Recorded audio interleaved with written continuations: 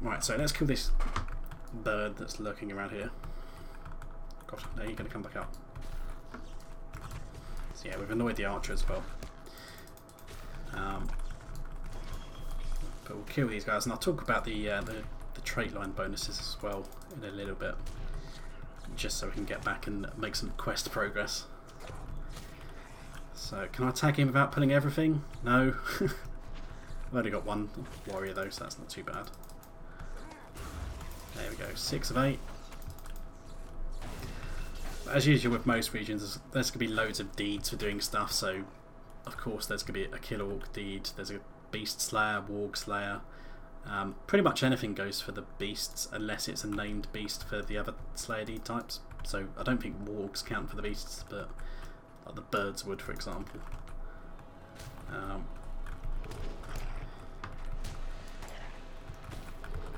think we need the warg scout. I'm killing it anyway. Hello. Oh, good crit, good crit. Actually, no, we do need the warg scout, so there we go, that's 8 of 8. And then birdie, that's 7 of 8. Need one more bird. There's not one up the top of the hill, is there? Right, let's head outside then, because I think we've pretty much done all we need here. Oh, there's a bird. He's right behind the bloody archer though. Oh god, he's coming around this way. Trying to avoid him if I can, just to save us a bit of time. As for the deeds as well, I didn't mention this before. When we had the headcount deed from inside the prologue area, when we did the landing assault, I think I got up to about 91 out of 100, so it does now complete outside of the intro area, just by doing regular Mirk-eaves stuff. So you don't have to waste your time killing mobs inside the area, which is good to know. So these two guys, I'm just going to kill them and I'll mount up outside. Something is moving stealthily out here, I think. Bang! Oh, good crit. 4.2.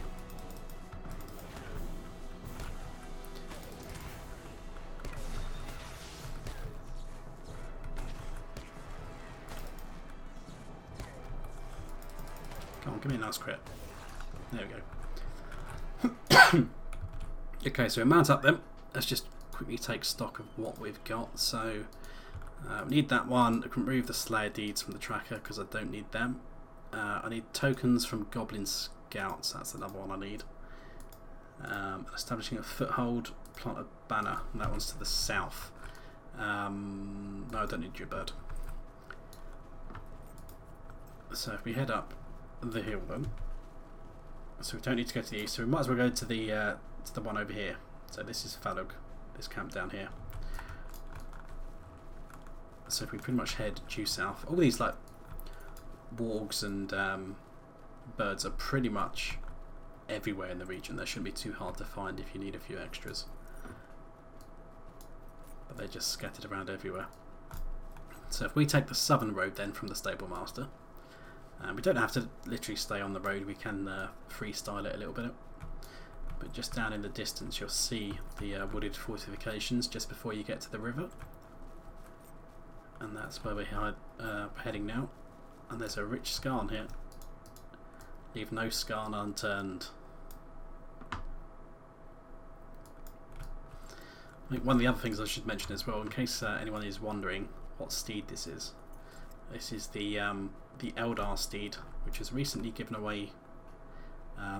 Was it a VIP only thing for being a subscriber? I don't know.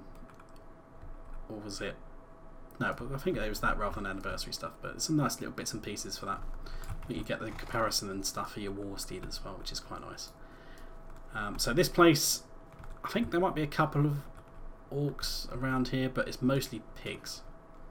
And these pigs will threaten to attack and then attack you anyway, so just be warned.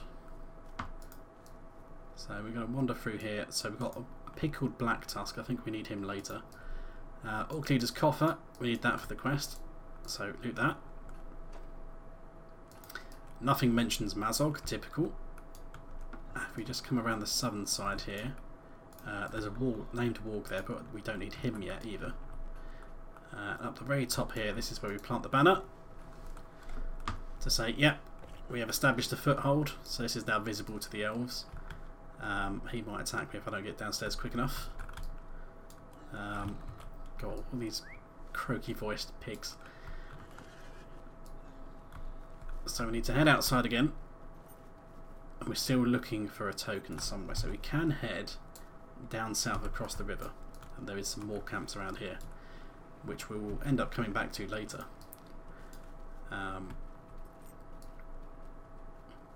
If we just wander down, I'll have that wood as well. So the rumour of Mazog is, Falog, which we've checked, or these two camps to the south will potentially have something. I don't know if it always spawns in one of them, or whether you just have to check all three and it's always in the third one.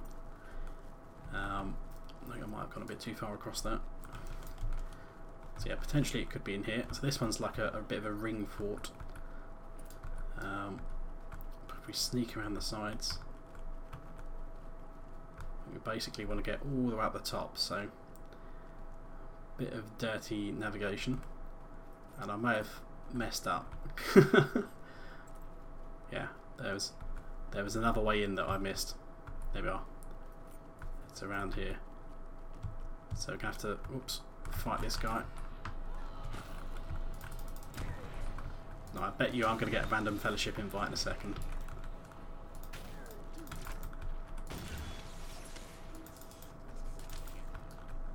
Kill these guys, make our way up the top.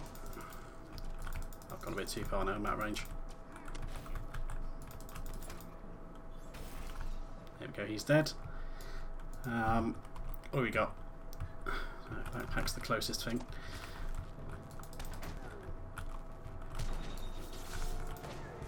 Lightning touch, there we go, give him the full Palpatine.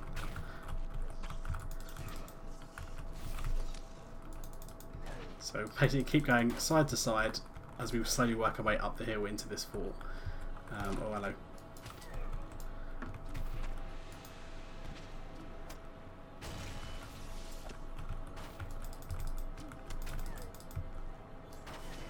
There we go. Now we're going to have to kill this guy because we have to come up here to get down the other side in typical fashion. I can probably actually not aggro the guy that's on the top. If I swing a wide angle around him. Okay, so there is something shiny up here. So if I come up here, I've got a warrior. There's an orc leader's coffer.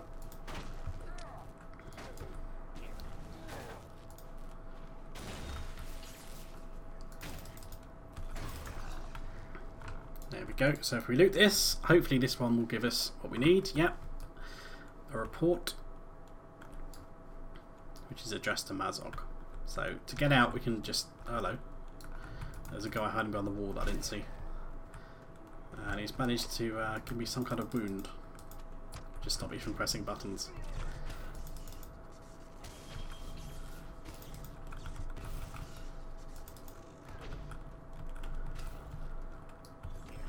There we go. So we can just jump down this cliff. We can't climb back up again, but it's not a problem. And we still need 2 tokens of Dol Guldur from Goblin Scouts. So they should be anywhere around in the Mirk-eaves region. So these guys are probably going to be closer to the roads. So if we just keep our eyes open for them. And hopefully don't run into 50 million other bits and pieces as well. Obviously if you're a hunter, you can probably just track these down from a mile off. Hello! There we go.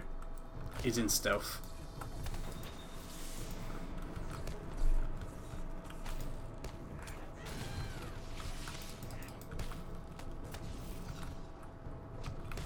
There we go, that's number 2. So mount up. And I think we'll come across the bridge on the east side and then come back on ourselves. We'll probably find one that way. Just have to pay attention just in case we detect something in stealth nearby.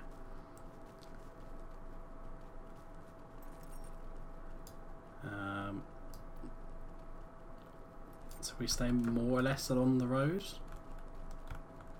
Probably really likely to come across something. There's a warg scout hiding behind a tree, very stealthily. There's some quest rings up here because this is one of the camps you get vectored to later, so I'm not going to pick up those quests just yet. I mean, it would probably do no harm, but I'll at least keep the quest progression and quest flow a bit more natural. Can I nick that? Yeah, we can. There we go. But there, these goblin scouts, like the goblin spies in the prologue area, probably going to be a bit more of a pain to find. So it's just trial and error, really. Wandering around, praying that one of them might actually find you. Knowing my luck, I'll probably get ganked while I'm trying to get some resources. But we're not too far from the main camp where we started, so I'm hoping, fingers crossed, we'll bump into one before we get out the top. Come on, there's got to be one around here somewhere. Hey goblins, where are you? We're basically back at the camp now. Let's try heading eastwards then, along the road. Maybe go off-road a little bit.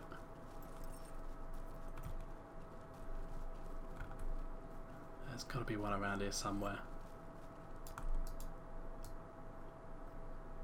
This is going to be pretty slow then. Well, I'll use this time then to talk about the trait buffs while we're waiting to bump into one of these guys.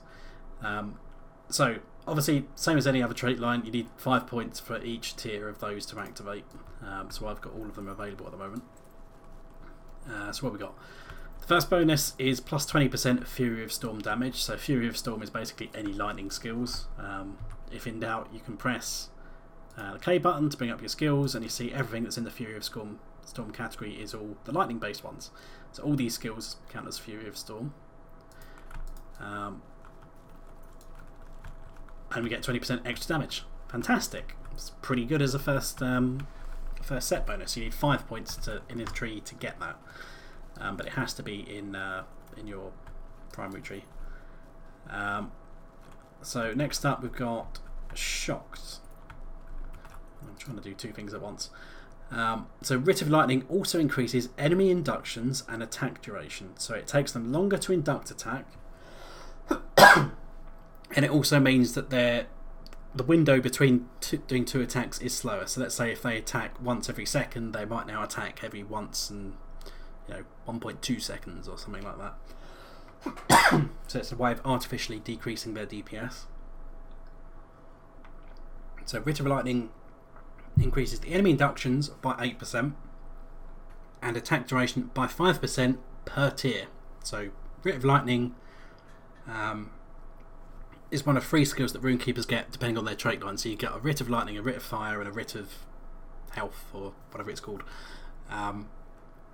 So these all stack up to 3 times in each of these trait lines. So potentially, yes, that can be quite nice, really.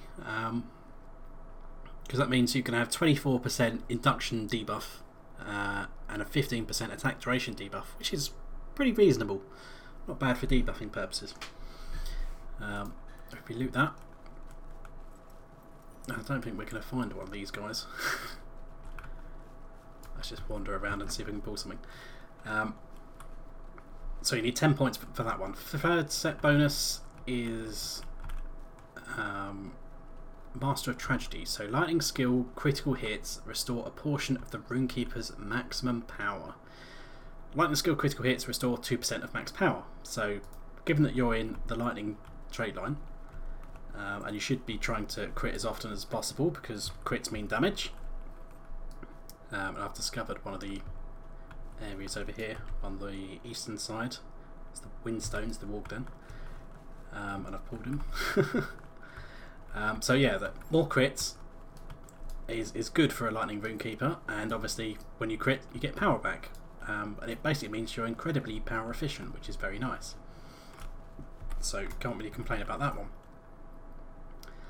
Fourth set bonus, Tale of the Storm. So it grants bonus critical chance and critical damage per battle attunement. So again, this is the red bars, and it goes up to 10 times. So that does mean you can potentially get up to 10% critical chance and up to 30% critical damage per battle attunement pip. So again, very nice for increasing your damage. Tier 5 bonus is sustenance. So this is where Lightning Rune-keeper becomes a lot more self-sustainable in solo. So I mentioned previously, I do like taking the Mending Verse trait from the blue line, because especially in the lower levels, having a little bit of an extra heal does help you out quite a lot. Now, once you get up to this, which you need 25 points in your trait line for, it means Sustaining Bolt, in addition to doing its damage, also heals morale, and the potency of the heal is based on your battle attunement. So, Sustaining Bolt here, depending on, you know, if you that tooltip is going to change depending on what my attunement is when I look at it. But even with no attunement, it's still going to heal me currently for 761 to 1000. So that's pretty good. When in comparison, you know, like the average pots for my level, you know, it's going to be probably a little bit less than that, especially if I factor in the battle attunement. Goblin Scout! If you factor in the battle attunement as well, and you pop that, let's say when you're at like 10 attunement, you're going to get a very potent heal out of that, which is probably going to be more like a pot and a half, 2 pots worth of morale back. So that becomes really good for keeping yourself alive. Now if you combine that with kiting around, so you're not taking much damage to begin with, and when you do take damage you just use that on cooldown to give yourself a bit of morale back, you suddenly become really self-sufficient solo, and you're not as much as in danger as we would normally be. So that's kind of like where lightning becomes particularly powerful for out and about soloing. Hello, loot that. And then what else we got? So tier 6 is a refutation. On every lightning skill, on a critical hit, your next lightning attack will penetrate 10% of your target's tactical mitigations. So, just to stick that up on the screen. And I'll stick the last one up on the screen as well, just so I can close this, rather than it obscuring half my screen. So it basically means, once you've got a critical hit, the next one penetrates 10% of their mitigations. So that is quite a big chunk, especially when you start getting into the later levels and endgame and so forth. Penetrating 10% of that is very powerful, and again, as I said, as a Lightning Rune-keeper, you're always going to be trying to crit as much as possible, so you're pretty much going to keep that mitigation buff going for a fair bit. And it maintains itself in combat until it either gets consumed, which I don't think it does actually, but if it does you can reapply it pretty quick anyway. Or it stays on you for 30 minutes or expires after 9 seconds of being out of combat. So very nice for increasing your damage, because obviously if you get less of your damage mitigated, it means more damage. So it's a way of artificially increasing your damage. And then the last trait line, mind my words, traveller, which is your 35 points in the trait line, is Static Surge. So lightning skills have a chance to grant a skill that deals lightning damage to enemies in front of you. So this is my Emperor Palpatine hands, and I find that can do comparable, if not perhaps even sometimes slightly better damage than most epic conclusions. But that has a 5.2 meter range, but hits everything in front of you. So basically everything in front of you in melee range in a frontal AoE cone will get splattered by this. It's very nice, especially in like a multi-target situation. So